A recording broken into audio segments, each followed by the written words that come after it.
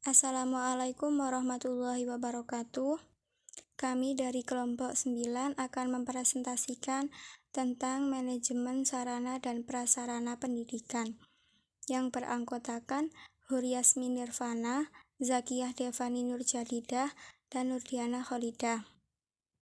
Adapun rantai kegiatan manajemen sarana dan prasarana pendidikan itu terdiri dari 1. Pengadaan sarpras, 2. Inventarisasi sarpras, 3. Penyimpanan sarpras, 4. Pendistribusian atau penyaluran sarpras, 5. Pemeliharaan sarpras, 6. Penghapusan sarpras, dan 7. Penilaian dan pengawasan sarpras. Yang pertama, pengadaan sarana dan prasarana pendidikan. Konsep dari pengadaan sarpras ini yaitu kegiatan penyediaan semua jenis sarana dan prasarana sesuai dengan kebutuhan dalam rangka mencapai tujuan pendidikan yang telah ditetapkan sebelumnya.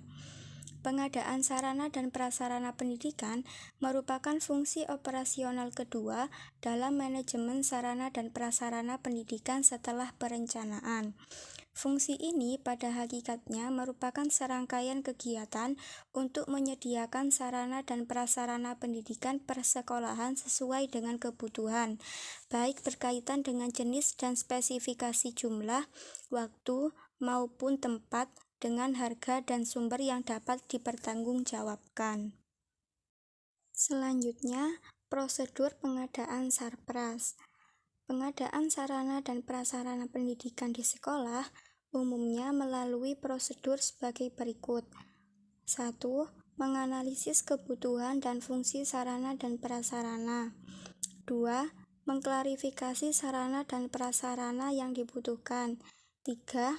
Membuat proposal pengadaan sarana dan prasarana yang ditujukan kepada pemerintah bagi sekolah negeri dan pihak yayasan bagi sekolah swasta. 4. Bila disetujui, maka akan ditinjau dan dinilai kelayakannya untuk mendapat persetujuan dari pihak yang dituju. 5.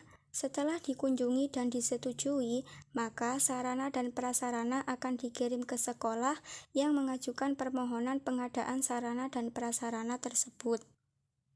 Selanjutnya, strategi pengadaan sarana dan prasarana pendidikan. Ada beberapa alternatif cara dalam pengadaan sarana dan prasarana pendidikan persekolahan. Beberapa alternatif cara pengadaan sarana dan prasarana pendidikan persekolahan tersebut melalui 1. Membeli, 2. Membuat sendiri, 3. Bantuan atau hibah, 4. Menyewa, 5. Meminjam, 6. Mendaur ulang, 7. Menukar, dan 8. Memperbaiki atau mengkonstruksi kembali. Baik, saya Huryasmi Nirvana akan menjelaskan mengenai inventarisasi sarana dan prasarana pendidikan. Inventarisasi sarana dan prasarana adalah kegiatan pencatatan atau pendaftaran barang-barang milik lembaga ataupun sekolah ke dalam suatu daftar inventarisasi barang secara tertib dan teratur, menurut ketentuan dan tata cara yang berlaku. Jadi, barang inventarisasi sekolah yaitu semua barang milik negara yang dikuasai oleh sekolah, baik yang diadakan ataupun dibeli melalui dana dari pemerintah, komite sekolah, dan masyarakat, maupun hibah. Tujuan inventarisasi sarana dan prasarana pendidikan yakni untuk menjaga dan menciptakan tertib dalam administrasi sarana dan prasarana yang dimiliki oleh sekolah, untuk menghemat keuangan sekolah baik dalam pengadaan maupun untuk pemeliharaan dan penghapusan sarana dan prasarana sekolah. Adapun tujuan yang lainnya yaitu sebagai pedoman untuk menghitung kekayaan suatu sekolah dalam bentuk material yang dapat dinilai atau dinominalkan dengan uang.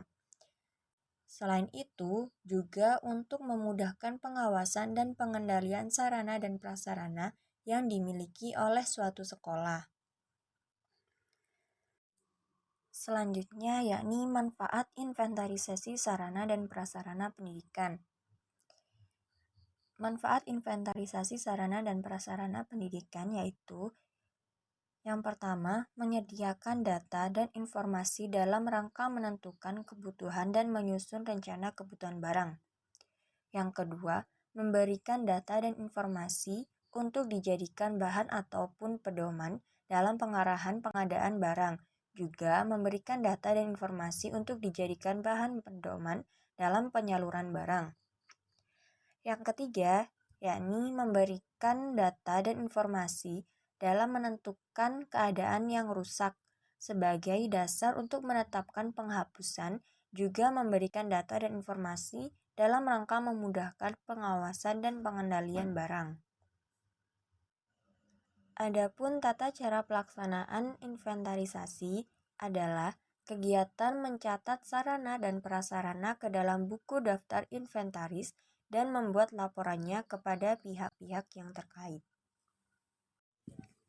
Selanjutnya yakni penyimpanan sarana dan prasarana pendidikan. Konsep penyimpanan sarana dan prasarana pendidikan. Penyimpanan adalah kegiatan yang dilakukan untuk menampung hasil pengadaan barang milik negara, baik hasil pembelian, hibah maupun hadiah, pada wadah atau tempat yang telah disediakan. Tempat penyimpanan sarana pendidikan. Aspek fisik dalam penyimpanan adalah wadah yang diperlukan untuk menampung barang milik negara berasal dari pengadaan. Aspek ini biasanya disebut dengan gudang. Tata cara penyimpanan sarana dan prasarana pendidikan yakni ada dua. Yang pertama, penerimaan. Dalam cara ini, yakni menerima pemberitahuan pengiriman barang dari pihak yang menerima barang. Mempersiapkan segala sesuatu yang diperlukan dalam penerimaan dan pemeriksaan barang. Adapun memeriksa atau mengecek barang yang diterima yaitu seperti fisik, kualitas, tipe maupun kelengkapan administrasi. Yang kedua yakni penyimpanan. Meneliti barang yang akan disimpan, menyiapkan barang berdasarkan pengelompokan, lalu barang dicatat ke dalam buku penerimaan berupa kartu barang dan kartu stok. Barang-barang yang sudah diterima kemudian dicatat, digudangkan, diatur, dirawat, dan dijaga secara tertib, aman, dan rapi. Prinsip-prinsip penyimpanan sarana dan prasarana pendidikan. Prinsip dalam menyimpan barang adalah 5W1H. What, why, where, when, who, dan how. Yang pertama, what. Apa saja barang yang akan disimpan? Bisa saja berupa kertas, kayu, plastik, besi, dan lain sebagainya. Yang kedua, why. Mengapa barang-barang perlu disimpan? Barang-barang perlu disimpan agar tidak mudah rusak dan dapat digunakan dengan cepat jika diperlukan. Yang ketiga, where, di mana barang-barang harus disimpan. Ada beberapa tempat agar di mana barang-barang harus disimpan. Yang pertama, gudang terbuka, gudang tertutup, dalam kelas, ruang kepala sekolah, ruang guru, dan ruang lainnya. When, kapan waktunya barang-barang harus disimpan? Barang-barang yang sudah dianggarkan dalam pengadaan barang jika sudah terrealisir langsung disimpan di bagian penyimpanan barang. Selanjutnya diterima dan diinventarisir dan dicatat. Yang kelima, who. Siapa yang bertugas menyimpan barang? Untuk sekolah besar biasanya ada petugas khusus yang ditugaskan di ruang penyimpanan barang. Untuk sekolah sedang ataupun kecil itu biasanya melalui penjaga sekolah ataupun dewan guru. Yang keenam, how. Bagaimana cara menyimpan barang yang baik dan benar? Barang-barang yang sudah ada diterima, dicatat, digudang, diatur, dirawat, dan dijaga secara tertib dan rapi, aman. Dibutuhkan daftar nama-nama tempat penyimpanan agar mudah ditemukan, dan barang-barang yang mudah rusak itu dimasukkan dalam sebuah pelindung atau posisi yang aman. Barang yang besar tidak perlu dimasukkan ke dalam lemari, tetapi ditempatkan di posisi yang aman. Barang yang berupa kertas dan terbuat dari kertas usahakan jauh dari tempat yang lembab, basah, dan berair. Semua penyimpanan harus diadministrasikan menurut ketentuan yang ditentukan. Harus ada inventarisasi secara berkala. Alat elektronik harus selalu dikontrol dan diservis agar tidak mudah rusak. Lalu laporan tentang keadaan penyimpanan dibuat sesuai dengan ketentuan yang berlaku. Pendistribusian atau penyaluran sarana dan prasarana pendidikan. Konsep penyaluran sarana dan prasarana pendidikan. Sarana pendidikan, khususnya buku, baik buku pelajaran maupun buku bacaan, ataupun buku perpustakaan, adalah salah satu sarana pendidikan yang sangat penting untuk mencerdaskan kehidupan bangsa.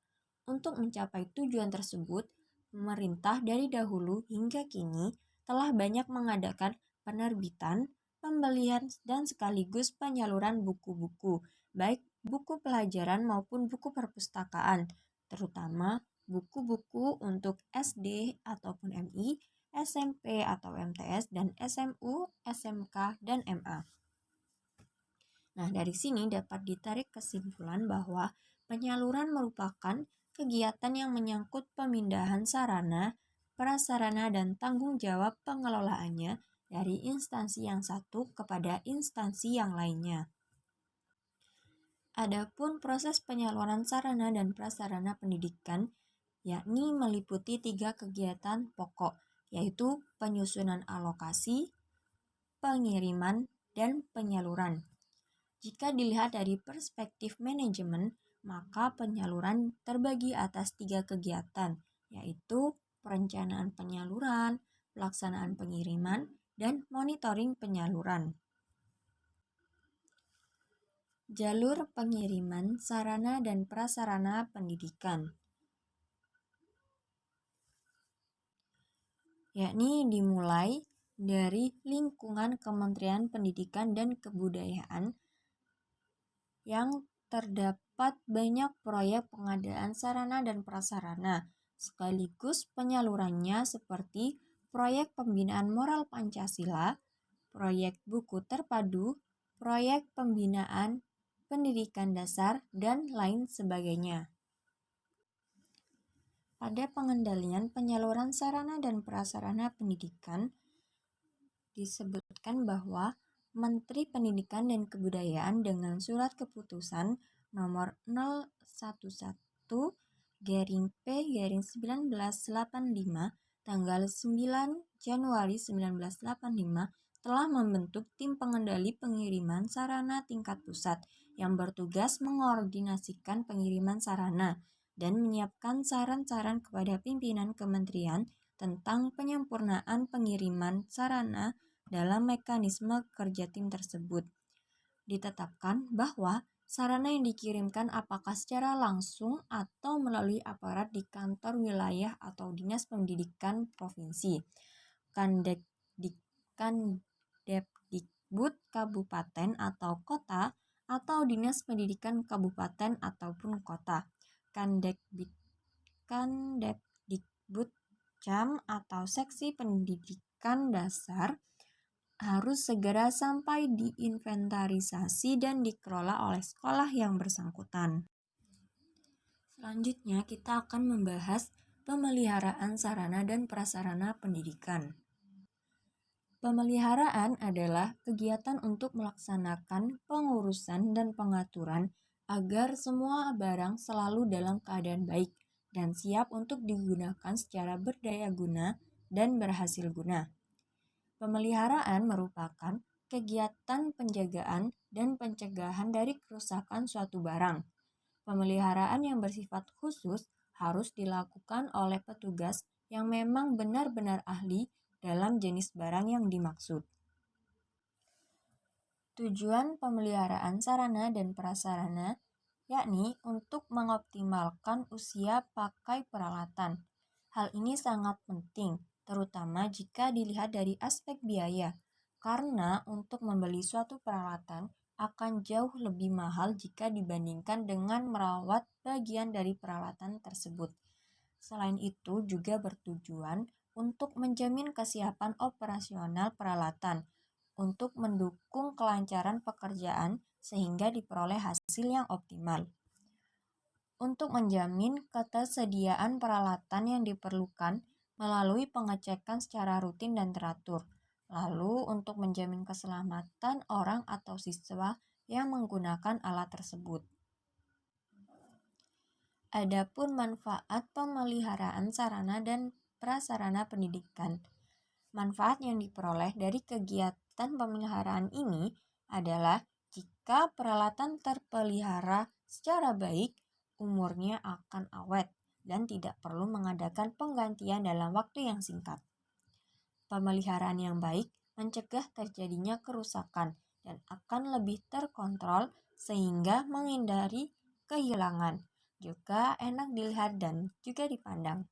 Pemeliharaan yang baik juga memberikan hasil pekerjaan yang baik. Baik, di sini saya akan melanjutkan penjelasannya